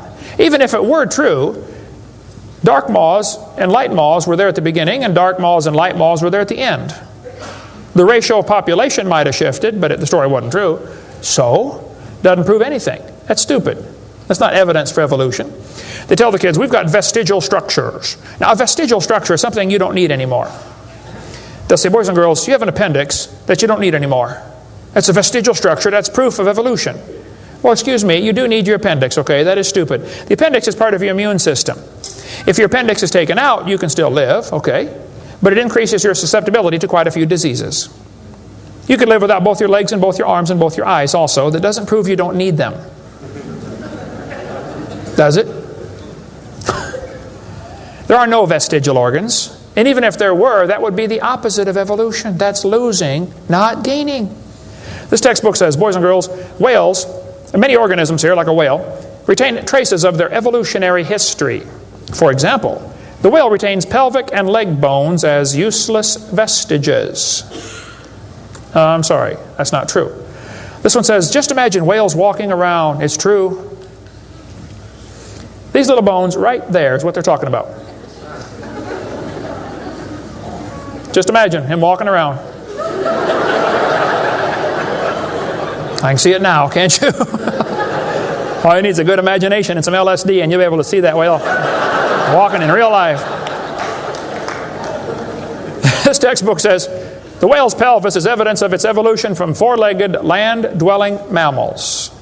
Well, that is stupid, okay? Those bones in the whale's abdomen are essential to hold muscles that support the reproductive system. Without those bones and those special muscles, the whales cannot reproduce. This has nothing to do with walking on land. It has to do with getting more baby whales. So the author that wrote this is either ignorant of his whale anatomy and should not be writing a book about it, or he's a liar trying to push a theory off on our kids. Here, this one says, whales once lived on land. Whales were not always sea dwellers. Modern whales show skeletal evidence of previous existence on dry land. Buried deep in a whale's hip muscles are two small bones, all that is left of the whale's pelvis and hind legs. That's stupid. The male and female bones are very different on whales. Check your whale anatomy and tear that page out of your book. Has no business being in there. This textbook says, humans have a tailbone at the end of the spine that is of no apparent use. I was debating a guy in North Alabama. He was the president of the North Alabama Atheist Association or something like that. He got up and he said, folks, we've got evidence for evolution. Humans have a tailbone they no longer need. When it was my turn, I got up and I said, Mr. Patterson, I taught biology and anatomy. I happen to know there are 9 little muscles that attach to the tailbone, without which you cannot perform some very valuable functions.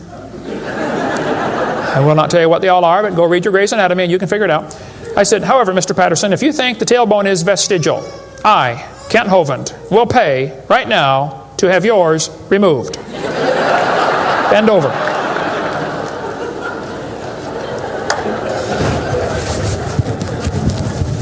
That is stupid, folks. The tailbone is not vestigial. This one says the coccyx, that's the tailbone, the small bone at the end of the human vertebral column, has no present function and is thought to be the remainder of bones that once occupied the long tail of a tree-living ancestor.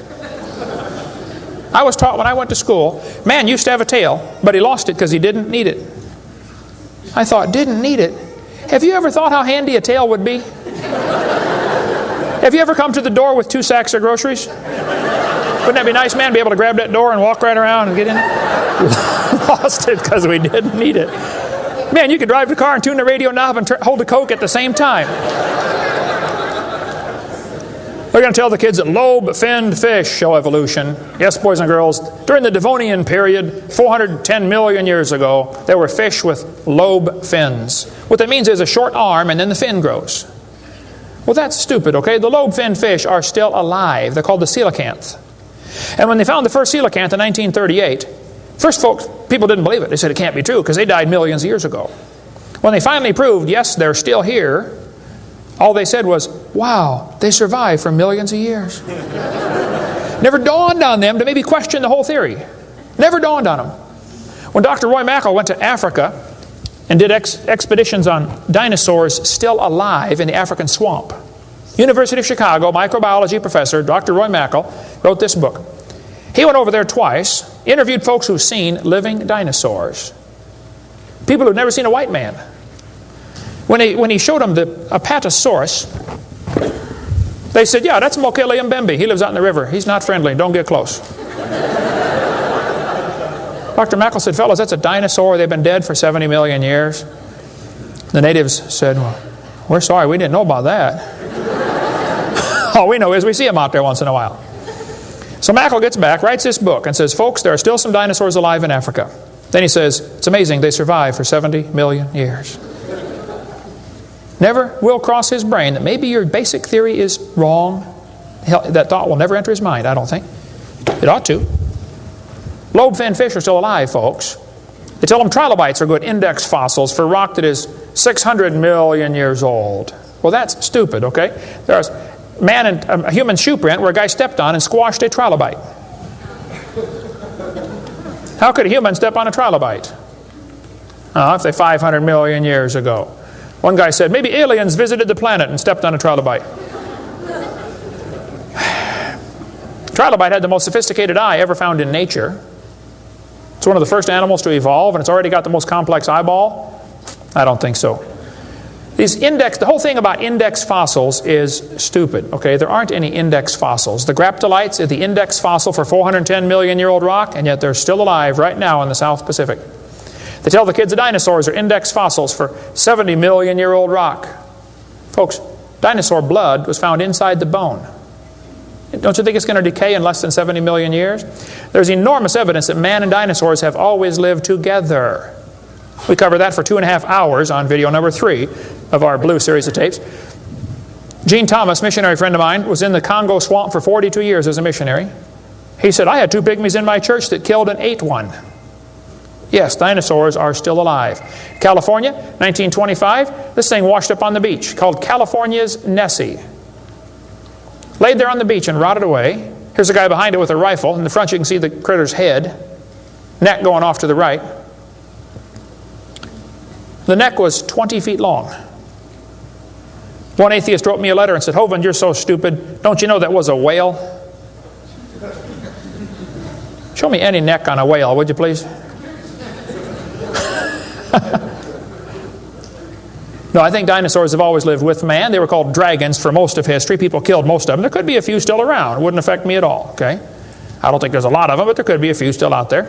They changed the name in 1841 to dinosaur. That's all that happened.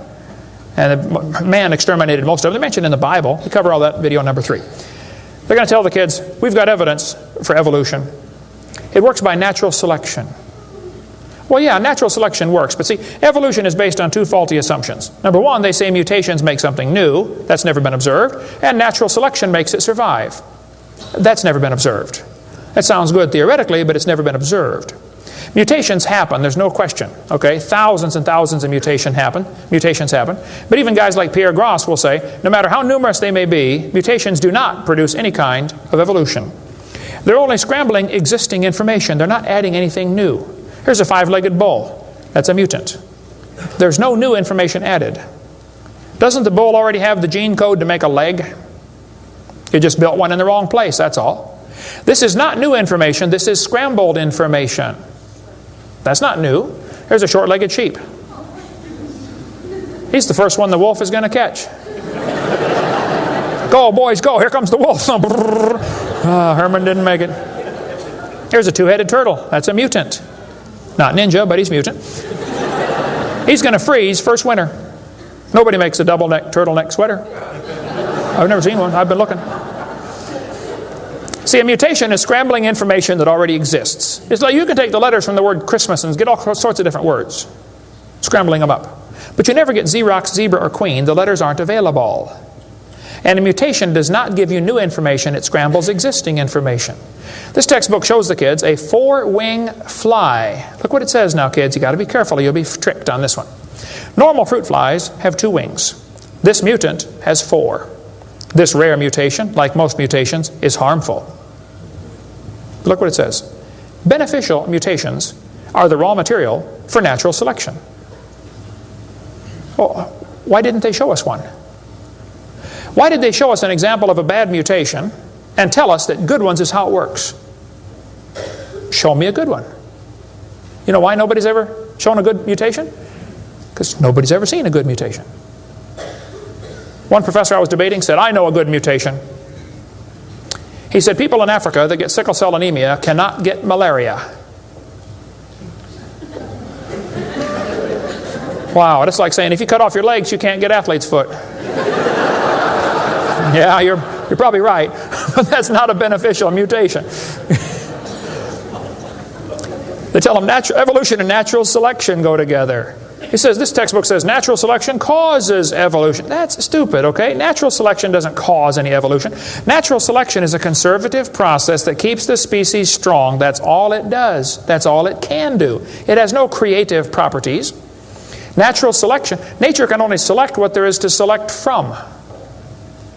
If I said, I'm going to go around the world, I'm going to try to raise a race of people that are over 12 feet tall. So everybody under 12 feet tall, we're going to kill them. Year after year, we kill everybody under 12 feet tall. Well, there's nobody to select from, is there? Natural selection can only select what there is to select from. It's a conservative process.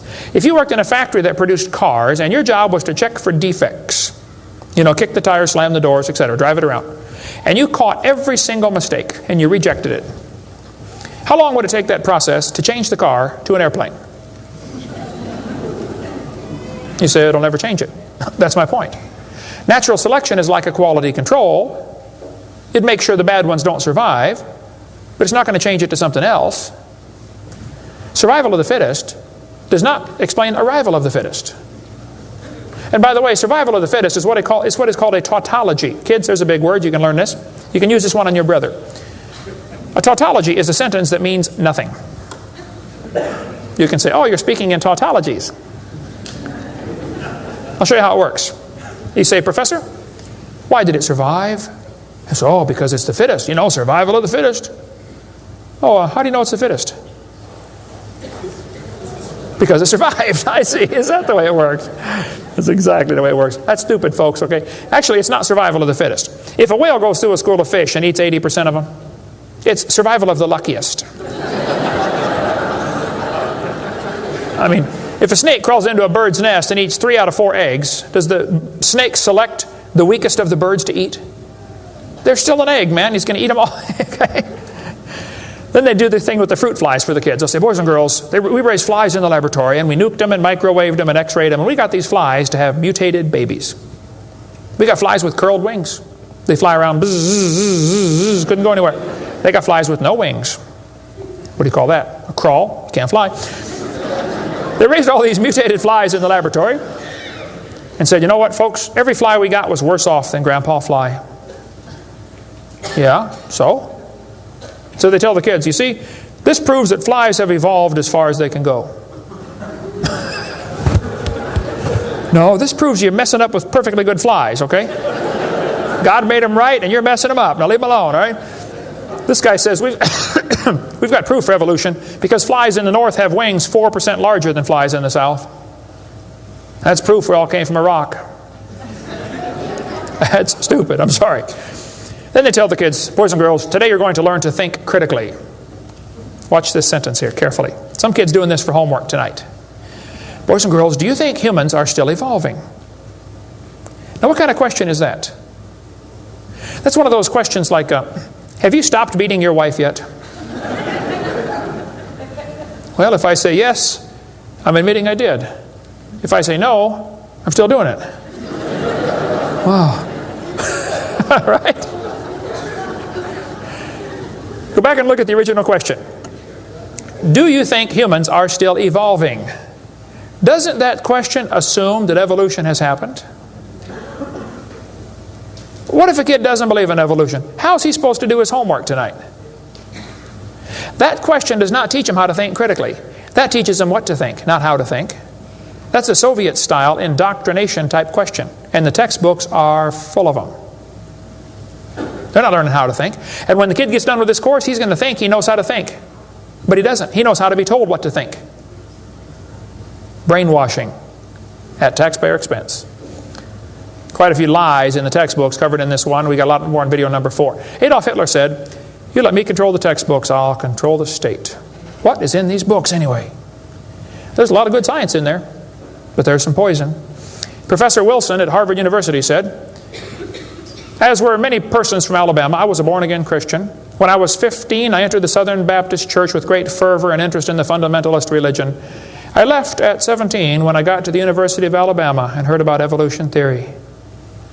1 year of college destroyed his faith. Philip Wentworth said, when I went to Harvard in the fall of 24, I was not only a Christian, I was a candidate for the ministry. Then for 4 years I underwent a process of mental readjustment which shook my little world to its foundations. Through it all, one thing was clear to me. If I could reconcile religion with intelligence, I knew that I could go on into my chosen career fortified by the experience.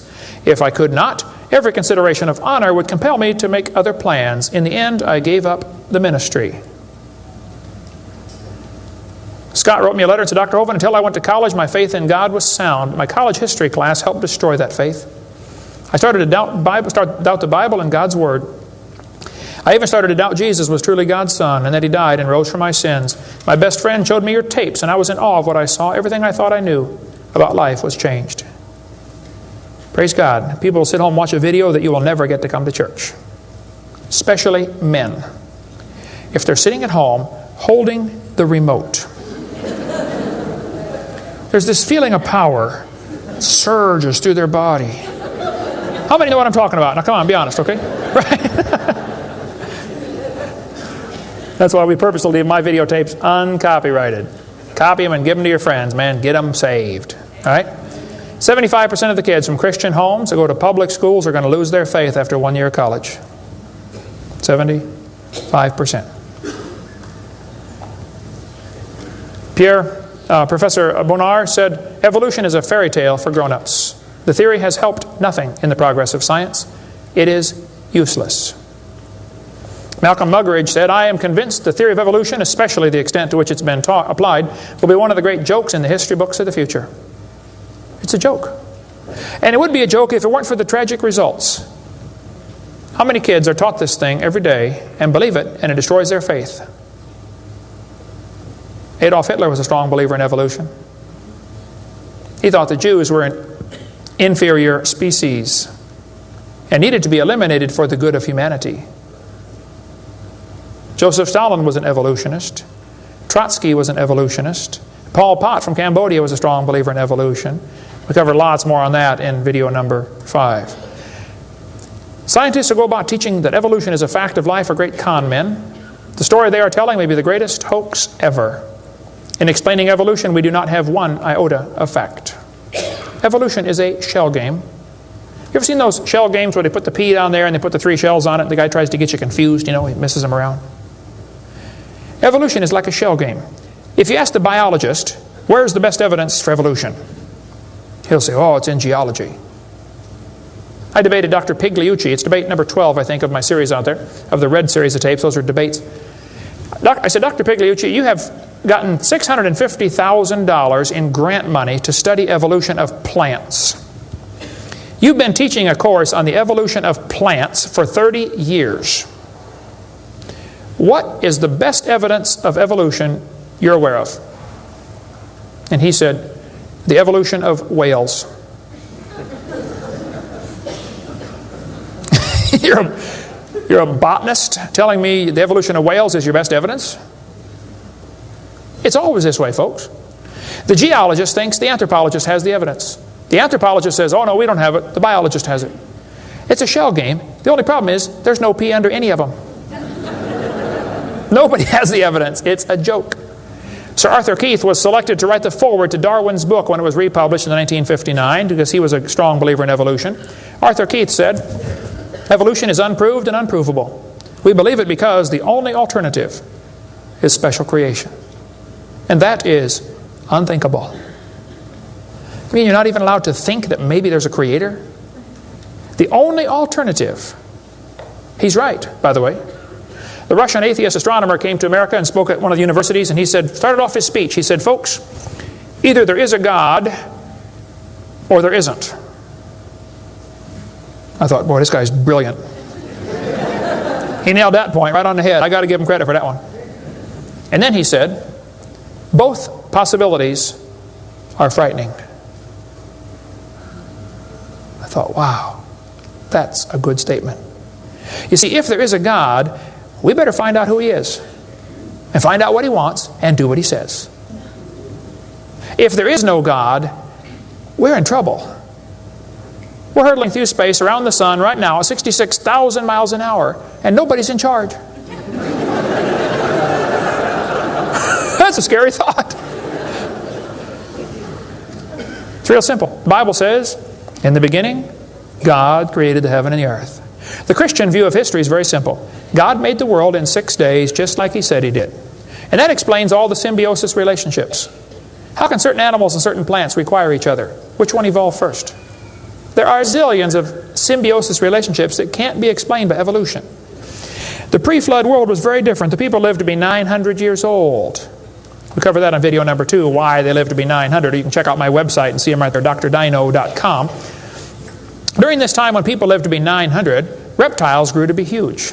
See, reptiles, even today, never stop growing. Reptiles grow all their life. So if a reptile lives to be 900 years old, he's going to get real big. Dinosaurs were big lizards that lived with Adam and Eve. And then Noah took dinosaurs on the ark. People say, dinosaurs on the ark, they're kind of big, aren't they? Well, the big ones were big, but the little ones were little. And Noah was 600 years old when he built that boat. I bet he was smart enough to figure out, you don't have to bring the biggest ones you can find. Bring 2 babies. Just be sure to get a pink one and a blue one. That'll be important later. After the flood was over, people killed most of the dragons, as they were called. That's why there's legends of dragons all through history. Plus the climate killed a lot of them. People don't live to be 900 anymore. We cover all that on video number 2. And there might be a few still around. Christians don't need to worry about dinosaurs. They're part of the normal creation. They're mentioned in the Bible. It's all there, folks. We just got to get a good biblical view of history. God created this world. See, it's real simple. Let's summarize here. God made the world. It didn't evolve. Evolution is stupid. There are hundreds of more reasons we can give. We're going to run out of time, though. But if God made the world, He owns it. That means He makes the rules, like the Ten Commandments. We are guilty of breaking His rules. I'll show you. Rule number 9, commandment number 9, thou shalt not bear false witness. That means don't lie. How many of you have ever lied before? Come on, you don't do another one. Put your hand up. Don't give me that pious look. Come on. Number 8, don't steal. How many ever stole something? You already told me you're a liar. Now come on. You don't have to read very far to realize we're guilty, which means we're going to be punished. Or find a substitute. See, I can't substitute for your sins because I got a whole bunch of my own. But Jesus Christ is not only willing, He's able. He wants to take your place. He wants to pay for your sins. It's real simple. February 9th, 1969. My friend said, Kent, you're a sinner. I said, well, you can say that again. He said, you deserve to go to hell. But Jesus died for you. He wants you to save you. He wants to save you. If you'll ask Him, He'll save you right now. And I bowed my head and said, Lord, I'm a sinner and I deserve to go to hell, but would you please forgive me and save me? And I've got God's promise I'm going to heaven. Hey, if you died today, where would you go? You ought to think about it because you will be dead for a long time. Doesn't matter how long you live, you're going to be dead longer than that. You know, George Washington died 200 years ago, and he's still dead. How much longer does he have to go? You're going to be dead for a long time. All you get in this life is a little bitty dash between two dates. Just a little, and it's gone. What are you going to do with your dash? Let me give a suggestion to you. Give the whole thing to Jesus. Say, Lord, you may have it, the whole thing. One time a little boy saw Jesus preach and he had a little sack lunch. 5 biscuits and 2 fish sticks. I said, here, Jesus, you can have the whole thing. Jesus said, thank you, son. Everybody sit down, please. 5,000 men, plus women, plus children. We can assume probably 20,000 people. Jesus started breaking those fish sticks and bread up and making fish sandwiches and started passing them out to the disciples. And everybody sat down on the grass and they passed them out and passed them out and passed them out and passed them out. When they got all done, everybody was stuffed. You want another fish sandwich? Oh, no, I can't. No, man, I'm stuffed. He said, okay, disciples, gather up all the fragments. They got 12 baskets full of fragments left. That little boy came home from the meeting. Mama said, hey, son, how'd you like your lunch? Oh, Mom, you won't believe it. Was it good? Oh, it was good, Mom. You have any left? Hey, disciples, come on in here, would you please? See, he decided to give it all to Jesus. Now, he ended up getting fed himself. He's one of them 20,000 that got fed, you know.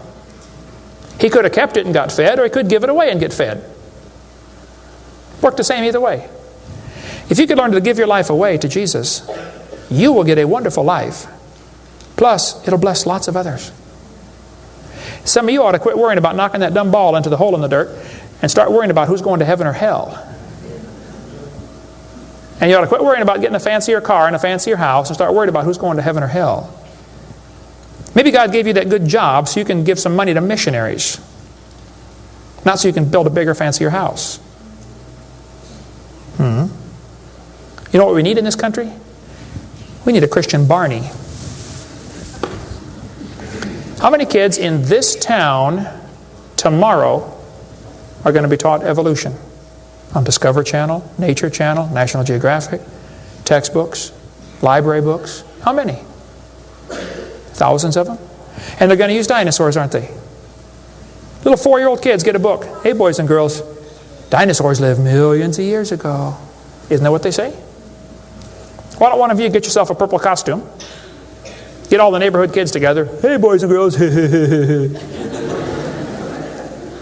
going to sing now. God loves you, God loves me. He wants you in His family.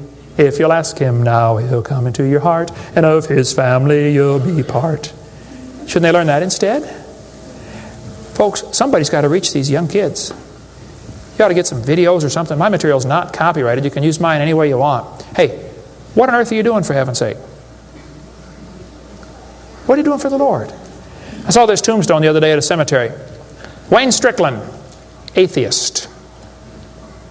Hasn't died yet. He said, I'm a busy man, don't have time for this. I'm sorry, Wayne. You're going to have lots of time here coming up soon. Claims to be an atheist. Interesting. The Bible says the fool has said in his heart there is no God. Did you know God doesn't believe in atheists? Think about that one. Where would you go if you died? Now, if you're not sure you're going to heaven, you ought to give your heart to the Lord and get saved. If you are saved, you ought to find something to do for the Lord. If you want to get any of my video materials, they're not copyrighted. You can get a 15-hour seminar on creation, which lots of material on stuff, on creation, evolution, dinosaurs. Get some of the debates or the red tapes or the miscellaneous topical series. We want to strengthen your faith in the Word of God. If you're here tonight and you're not saved, or if you're watching this video and you're not saved, give me a call. I'll be glad to help you meet the Lord. Our website is drdino.com. Phone number in Pensacola, Florida, 850-479-DINO. We like dinosaurs around there. If you come through Pensacola, stop and visit Dinosaur Adventureland. If you get a chance to go on the cruise, we'd love to have you come on the cruise, and we'll talk more about dinosaurs and creation and evolution. Thank you so much for joining us tonight.